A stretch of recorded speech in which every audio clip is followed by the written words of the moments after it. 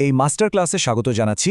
আজ আমরা national skills development authority বা NSDA level 2 general care giver competency স্ট্যান্ডার্ডকে একেবারে ভেঙে বিশ্লেষণ করব।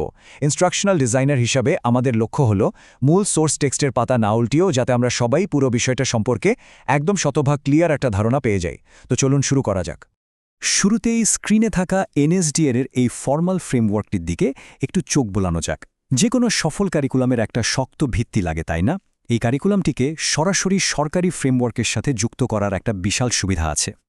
এর মাধ্যমে মূলত আমাদের দেশের একদমই অসংগঠিত একটা কেয়ার গিভিং খাতকে কঠোর পেশাদারিতে ছাঁচে ফেলা সম্ভব হচ্ছে। আর টিভিইটি বা ভোকেশনাল সেক্টরের কথা চিন্তা করলে এটা কিন্তু আক্ষরিক অর্থেই একটা যুগান্তকারী পদক্ষেপ। আমাদের আজকের এই আলোচনার মূল এজেন্ডাগুলোকে আমরা মূলত 6টা ধাপে সাজিয়েছি। ফ্রেমওয়ার্কের বেসিক থেকে শুরু করে কর্মক্ষেত্রের দক্ষতা, সেক্টর স্পেসিফিক রুলস, দৈনন্দিন কাজ, ক্লিনিক্যাল কেয়ার এবং একদম শেষে গিয়ে সার্টিফিকেশন ও এর বাস্তব প্রভাব নিয়ে আমরা কথা বলবো। প্রথম section, care giving competency framework. যে কোনো যোগ্যতার ভিত্তি বুঝতে হলে আগে এর বিশাল পরিধি আর মূল উদ্দেশ্যটা বোঝা দরকার। ব্যাপারটা চিন্তা করে দেখুন তো, সর্বমোট 440 নমিনাল ঘণ্টা। একজন লেভেল 2 প্রফেশনাল তৈরি করতে বিশাল পরিমাণ সময়টা কিন্তু শুধু ক্লাসরুমে বসে কাটানোর জন্য নয়।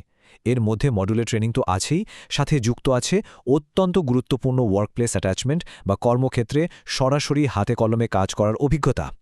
এত দীর্ঘ একটা সময় এটা প্রমাণ করে যে ব্যাপারটা শুধু বইয়ের পাতায় সীমাবদ্ধ নেই, এর পুরোটাই আসলে রিয়েল লাইফ অ্যাপ্লিকেশন। স্ক্রিনের এই টেবিলটা একটু খেয়াল করলে নমিনাল ঘণ্টার চমৎকার একটা ব্রেকডাউন আমরা দেখতে পাব। এখানে সবচেয়ে বড় অংশটা মানে 260 ঘণ্টা কিন্তু বরাদ্দ রাখা হয়েছে পেশাভিত্তিক বা অকুপেশন স্পেসিফিক স্কিলের ওপর। কেন বলুন তো? কারণ যিনি ট্রেনিং নিচ্ছেন তিনি যেন বাস্তব পরিস্থিতিতে, সেটা হোক কোনো হাসপাতাল বা কারো বাড়ি, রোগীর সেবার আসল চাহিদাগুলো মেটাতে পুরোপুরি প্রস্তুত থাকেন। থিওরির চেয়ে এখানে হাতে কলমে কাজ শেখার ওপরই সবচেয়ে বেশি জোর দেওয়া হয়েছে। তবে এখানে আমাদের প্রত্যাশার লেভেলটা একদম সঠিক জায়গায় রাখা জরুরি। এই লেভেল 2 গ্র্যাজুয়েটরা কিন্তু সংজ্ঞাগতভাবেই আধা দক্ষ বা সেমি স্কিল্ড কর্মী হিসেবে বিবেচিত হবেন। এর মানে হল তারা নিজেরা স্বাধীনভাবে কোনো জটিল সিদ্ধান্ত নেবেন না, বরং একজন সিনিয়র ডাক্তার, নার্স বা ম্যানেজমেন্টের কড়া নির্দেশনার অধীনে থেকেই তারা তাদের টেকনিক্যাল কাজগুলো করবেন। এই বাউন্ডারি বা সীমারেখাটা বুঝতে পারাটা পেশাদারিত্বের একটা মস্ত বড় শর্ত। এবার আসি দ্বিতীয় ভাগে, জেনেরিক ওয়ার্কপ্লেস কম্পিটেন্সি বা সাধারণ কর্মক্ষেত্রে দক্ষতা। একজন কেয়ার গিভারের স্কিল সেটের প্রথম বড় স্তম্ভ হল এই দক্ষতাগুলো। এই ডোনাট চার্টটিতে আমরা 35 ঘণ্টার একটা চমৎকার কম্বিনেশন দেখতে পাচ্ছি। একদিকে 20 ঘণ্টা বরাদ্দ বেসিক আইটি স্কিলের জন্য, কারণ আজকের দিনে রোগীর ডিজিটাল রেকর্ড মেনটেন করাটা খুব জরুরি। অন্যদিকে 15 ঘণ্টা রাখা হয়েছে অকিউপেশনাল সেফটি অ্যান্ড হেলথ বা OSH প্রোটোকলের জন্য। এর মানে হল একজন কেয়ার গিভার শুধু সেবাই দেবেন না, আধুনিক প্রযুক্তির ব্যবহার জানবেন এবং সেই সাথে নিজের আর রোগীর জন্য একটা একদম নিরাপদ পরিবেশ নিশ্চিত করবেন। এক কথায় অসাধারণ একটা ব্যালেন্স। আমাদের আলোচনার 3 নম্বর সেকশন, খাত ভিত্তিক কেয়ার গিভিং নিয়মাবলী। এই দক্ষতাগুলোই মূলত এই পেশার নৈতিক আর আইনি সীমানাগুলো ঠিক করে দেয়। তাত্ত্বিক আর আইনি সীমানার মাঝে পার্থক্যটা এই স্লাইডে খুব সুন্দরভাবে ফুটে উঠেছে। একদিকে আছে সেক্টর স্পেসিফিক বা খাতভিত্তিক দক্ষতা, যেমন এথিক্স, আইনি অধিকার বা কোনো অ্যাবিউজ দেখলে রিপোর্ট করার নিয়ম, যা কেয়ারগিভার এবং ক্লায়েন্ট দুজনকেই মানসিকভাবে আর সামাজিকভাবে সুরক্ষিত রাখে। আর অন্যদিকে আছে পেশাভিত্তিক স্কিলগুলো, যেমন ক্ষতস্থান পরিষ্কার করা বা ক্যাথেটার পরানো। এই দুইয়ের নিখুঁত একটা ভারসাম্য তৈরি করাই এই মাস্টার ক্লাসের আসল ম্যাজিক। এই সেক্টর স্পেসিফিক পিলারের মধ্যেই বিশ্ব স্বাস্থ্য সংস্থার গাইডলাইন মেনে একটা 35 আওয়ারের ফার্স্ট এইড মডিউল শেখানো হয়। স্ক্রিনে থাকা 4টা ধাপ একটু দেখুন। দুর্ঘটনার ঝুঁকি বোঝা, রোগীর জ্ঞান আছে কিনা তা চেক করা, ম্যানুয়াল CPR বা প্রাথমিক চিকিৎসা দেওয়া, আর সবশেষে দ্রুত মেডিকেল হেল্প ডাকা। এটা শুধু বইয়ের পড়া নয়, পরিস্থিতি অনুযায়ী এই ধাপে ধাপে কাজ করার ক্ষমতাটা আক্ষরিক অর্থেই মানুষের জীবন বাঁচায়। আচ্ছা, ডিপ ক্লিনিক্যাল স্কিলে ঢোকার আগে আমরা একটা কুইক রিক্যাপ করে নিই। এই চেকলিস্টটা আমাদের নিশ্চিত করছে যে এনএসডি এর বেসিক ফ্রেমওয়ার্ক আমরা বুঝেছি, আইটি আর সেফটি স্কিল আয়ত্ত করা হয়েছে, নৈতিক সীমানাগুলো আমরা জানি, আর ইমার্জেন্সিতে ফার্স্ট এড দেওয়ার সক্ষমতাও তৈরি হয়েছে। যে কোনো প্রফেশনাল ট্রেনিংয়ের জন্য এই ভিত্তিটা থাকা একদম মাস্ট। আমাদের 4 নম্বর ধাপে থাকছে পেশাভিত্তিক দৈনন্দিন কার্যক্রম। কেয়ার গিভারের রোজকার রুটিনের সবচেয়ে বড় আর গুরুত্বপূর্ণ অংশ এটাই। অ্যাক্টিভিটিস অফ ডেইলি লিভিং বা সংক্ষেপে ADL, এই টার্মটা আমাদের খুব পরিচিত। এর মধ্যে আছে রোগীর মুখ পরিষ্কার রাখা, টয়লেট বা গোসলে সাহায্য করা, খাইয়ে দেওয়া হালকা ব্যায়াম করানো থেকে শুরু করে রোগীকে নিরাপদে এক জায়গা থেকে অন্য জায়গায় সরানো।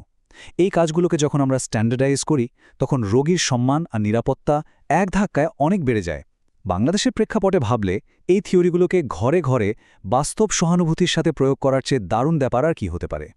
এবার 5 নম্বর সেকশন, পেশাভিত্তিক ক্লিনিক্যাল যত্ন। পুরো মাস্টার ক্লাসের সবচেয়ে চ্যালেঞ্জিং, বলতে গেলে একদম কোর এরিয়া হল এই 60 ঘন্টার ডেডিকেটেড ক্লিনিক্যাল মডিউল। ওষুধ প্রয়োগের ক্ষেত্রে এই 5 রাইটস বা 5টি সঠিক নিয়ম একদম অক্ষরে অক্ষরে মানতে হয়। নিয়মগুলো হলো সঠিক রোগী, সঠিক ওষুধ, সঠিক ডোজ, সঠিক রুট বা পথ আর একদম সঠিক সময়। ট্রেনিদের এগুলো খুব সতর্কতার সাথে পালন করতে হয়। এর সাথে রোগীর স্যাম্পল কালেক্ট করা, ক্ষত পরিষ্কার করা বা কোলোস্টমি ব্যাগ সামলানোর মতো সংবেদনশীল কাজও থাকে। এখানে মনে রাখতে হবে বিন্দুমাত্র ভুলেরও কিন্তু কোনো সুযোগ নেই। এই বার চার্টটা খেয়াল করলে একটা পরিষ্কার চিত্র পাওয়া যায়। এখানে clinical care giving, vital sign check করা বা হেলথ স্ক্রিনিং এবং বেসিক ফিজিওথেরাপির জন্য সিংহভাগ সময় বরাদ্দ করা হয়েছে। এর সোজা অর্থ হল একজন লেভেল 2 কেয়ার গিভার শুধু ওষুধই খাওয়াবেন না, বরং রোগীর শারীরিক পুনরুত্থান আর সার্বিক স্বাস্থ্যের দিকে কড়া নজর রাখার জন্য তাকে পুরোপুরি প্রস্তুত করা হচ্ছে। একদম শেষ ধাপে যাওয়ার আগে চলুন আরেকবার ভিজুয়াল রিক্যাপটা দেখে নিই। এই চেকলিস্ট প্রমাণ করছে যে একজন ট্রেনি এখন রোগীর ব্লাড সুগার মাপা থেকে শুরু করে এডিএল সাপোর্ট দেওয়া, ক্লিনিক্যাল প্রোটোকল মানা, পুষ্টি ঠিক রাখা, এমনকি ফিজিওথেরাপি দেওয়া পর্যন্ত সবগুলো স্কিল দারুণভাবে আয়ত্ত করেছেন। ভোকেশনাল ট্রেনিংয়ের ভাষায় এটা আসলেই একটা পারফেক্ট রেজাল্ট চেইন। চলে এলাম আমাদের শেষ সেকশনে, 6 নম্বর ধাপ, শংসাপত্র এবং বাস্তব জগতে প্রভাব। এতক্ষণ ধরে আমরা যেই স্ট্যান্ডার্ড আর দক্ষতার কথা বললাম, তার আল্টিমেট গোল বা চূড়ান্ত লক্ষ্যটা আসলে কি? লক্ষ্যটা হল ইম্প্যাক্ট তৈরি করা। বাংলাদেশ ন্যাশনাল কোয়ালিফিকেশন ফ্রেমওয়ার্ক বা বিএনকিউএফ এর এই সরকারি সার্টিফিকেট শুধু কাগজে কোনো স্বীকৃতি নয়, বরং আমাদের দেশের বিশাল একটা অসংগঠিত খাতের কর্মীদের যখন আমরা এই কাঠামোর আওতায় নিয়ে আসছি, তখন জাতীয় পর্যায়ে তাদের কাজের যেমন একটা স্বীকৃতি মিলছে, তেমনি রোগীর প্রাথমিক নিরাপত্তাও নিশ্চিত হচ্ছে। পেশাদারিত্বের এই রূপান্তরটা আক্ষরিক অর্থেই একটা গেম চেঞ্জার। এই এক্সপ্লেনার বা ব্যাখ্যামূলক উপস্থাপনাটি শেষ করার আগে খুব জরুরি একটা প্রশ্ন দিয়ে আলোচনাটা টানতে চাই। অনানুষ্ঠানিক কেয়ার গিভিংয়ের এই যে মান নির্ধারণ করা হলো, এটা আমাদের জনস্বাস্থ্যের ভবিষ্যৎকে কিভাবে নতুন রূপ দেবে? যারা পলিসি বানান বা যারা ইনস্ট্রাকশনাল ডিজাইন নিয়ে কাজ করেন, তাদের এই জীবন রক্ষাকারী দক্ষতাগুলোকে প্রাতিষ্ঠানিক রূপ দেওয়ার বিশাল প্রভাব নিয়ে আরেকটু গভীরে গিয়ে ভাবার সময় এসেছে। শেখার এই যাত্রাটা এখানেই শেষ নয়, বরং উন্নত জনস্বাস্থ্যের এটা স্রেফ একটা শুরু।